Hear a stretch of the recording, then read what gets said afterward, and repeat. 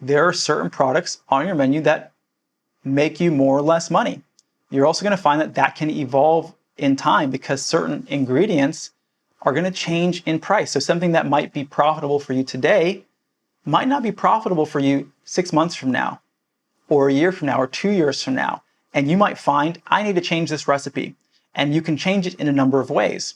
You can change the ingredient profile, you can change the price for the consumer, or you can change the ratios of the ingredients that you have. So it's not to say that you have to actually remove a specific ingredient, but you might reduce that specific ingredient and change it with something else that might be a little bit more cost effective.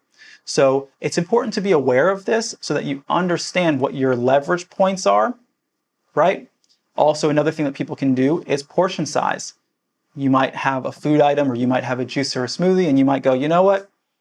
Instead of going for 16 ounce, we're going to go to 12 ounce, right? Instead of 20 ounce, we're going to go to 16 ounce. You might reduce the portion size, but you might not reduce the price proportionally. You might reduce the price slightly, but not to the same proportion, so that your profit margin actually can go up per liquid ounce or per serving size.